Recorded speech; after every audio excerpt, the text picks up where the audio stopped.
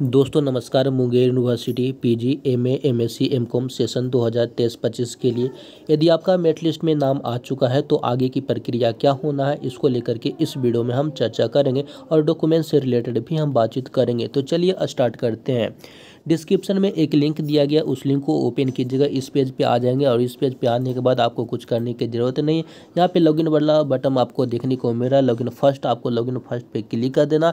जैसे आप login first पे क्लिक कीजिएगा कुछ इस तरीके का इंटरफेस आता है। यहाँ पे आपको क्या कर देना, आप लोग अपना आईडी यानी MUID जो भी है और जो भी पासवर्ड है वो डालिएगा और यहाँ पे लॉगिन बटन पे आप लोग क्लिक कर दीजिएगा। जैसे आप क्लिक करते हैं वैसे ही कुछ इस तरीके का इंटरफेस आता है। और यहाँ पे एक चीज़ मैं बोलना चाहूँगा, सभी लोगों को ये जो है लॉगिन प्रक्रिया से ओपन कर लेना। यदि आपका नाम यहाँ पे, आपका कॉलेज नेम यहाँ पे मेंशन कर रहा है, इसका मतलब है कि आपका जो है मेरिट लिस्ट में नाम आ चुका है। बहुत सारे लोग PDF में नाम देखे होंगे, हो सकता किसी कारण बस वो वहाँ पे शो नहीं हुआ, लेकिन यहाँ पे यदि आपका नाम आता है, यहाँ पे आपका कॉलेज शो करता है, इसका मतलब है आपका मेरिट लिस्ट में नाम आ चुका है।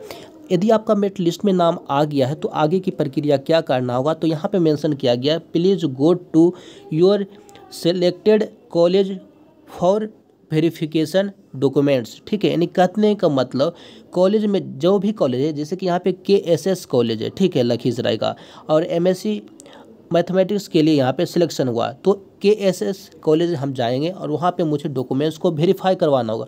डॉक्यूमेंट्स वेरीफाई करवाएंगे, उसके बाद मुझे पेमेंट करना होगा, जो कि बहुत ही ज़रूरी है और ज़्यादा समय नहीं है, एक दिन का समय है। तो आप लोग इस प्रक्रिया को पूरा कीजिएगा। और जिनका नाम नहीं आया उनके बारे में भी हम बातचीत करेंगे, आप लोग थोड़ा सा धैर्य बना करके रहिएगा। तो यहाँ पर अब बात हो गया कि डॉक्यूमेंट्स वेरीफिकेशन, तो कौन कौन से डॉक्यूमेंट्स लगेंगे, तो चलिए हम जानते हैं। तो जैसा कि स्क्रीन पर देख सकते हैं, हमने यहाँ पर लिख रहा है, सबसे पहले आपको 10th 12th पार्ट 3 का मार्कशीट है, तो इन तमाम चीज़ों को फोटोकॉपी आपको देना है। यदि पार्ट 3 का मार्कशीट नहीं है तो TR कॉपी यानी कि PDF वाला जो रिजल्ट है वो दीजिएगा। वैसे आप सभी को मार्कशीट डाउनलोड हो गया होगा, ठीक है, आप लोगों ने डाउनलोड कर लिया होगा, ठीक है, तो ये दीजिएगा। मार्कशीट नहीं है तो TR कॉपी दीजिएगा, ठीक है। CLC आपको ओरिजिनल लगेगा, बाकी ये सब फोटोकॉपी आपका लगने वाला, और CLC आपको ओरिजिनल लगेगा। माइग्रेशन सर्टिफिकेट किसे देना है और किसे नहीं देना है, जो स्टूडेंट किसी अन्य विश्वविद्यालय से, ठीक है, मुंगेर के अलावा किसी दूसरे विश्वविद्यालय से पार्ट 3 को पास किए हैं, ठीक है, और मुंगेर विश्वविद्यालय से उनका कोई नाता नहीं है, कहने का मतलब किसी अन्य विश्वविद्यालय से हम पार्ट 3 कंप्लीट किए हैं और मुंगेर विश्वविद्यालय से ना तो BEd किए हैं और ना ही कुछ और भी कोर्स किए हैं, ठीक है, तो वैसे स्थिति में आपको माइग्रेशन सर्टिफिकेट लगता है। लेकिन किसी अन्य विश्वविद्यालय से आप पार्ट 3 को कंप्लीट किए लेकिन मुंगेर विश्वविद्यालय में आपने BEd कर लिया है, तो वैसे स्थिति में यदि आप मुंगेर से PG करना चाहते हैं तो माइग्रेशन देने की आवश्यकता नहीं होगा, ठीक है। अब हो गया, यहाँ तक समझ में आ गया बात। नेक्स्ट यहाँ पे आप लोगों ने फॉर्म को जो अप्लाई किया था उसका प्रिंट आउट चाहिए। कौन सा प्रिंट आउट, तो ये वाला प्रिंट आउट। यहाँ पे मैं थोड़ा सा जूम करता हूँ, तो यहाँ पे कॉलेज आप सिलेक्शन किए थे तो यहाँ पे कॉलेज होना चाहिए, ठीक है, तो इसलिए बोला गया था आपका नोटिफिकेशन में कि कॉलेज वाला जो है डैशबोर्ड से आपको डाउनलोड करके निकाल लेना, तो ये प्रिंट आउट आपको चाहिए। अब बात रह गया, यहाँ तक तो बात हो गया क्लियर। नेक्स्ट हो गया कि कास्ट सर्टिफिकेट। कास्ट सर्टिफिकेट आपको ज़रूरी है सभी स्टूडेंटों के लिए। यदि आप जनरल से हैं तो EWS है तो दीजिएगा, नहीं है तो आप लोग छोड़ दीजिएगा जनरल वाले। लेकिन BC EBC student, SC ST जो भी हैं, आप लोग अपना कास्ट सर्टिफिकेट जरूर लगाइएगा, ठीक है।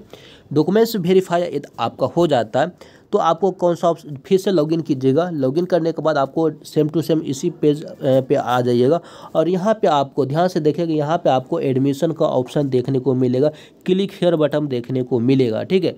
क्लिक हियर बटन पे क्लिक कीजिएगा। गर्ल्स कैंडिडेट रहेंगे, SC ST बॉयज़ कैंडिडेट रहेंगे तो 0 पेमेंट आपको लगेगा, उस पेमेंट को 0 पेमेंट आपको कर देना है, ठीक है, प्रिंट आउट निकाल लेना है।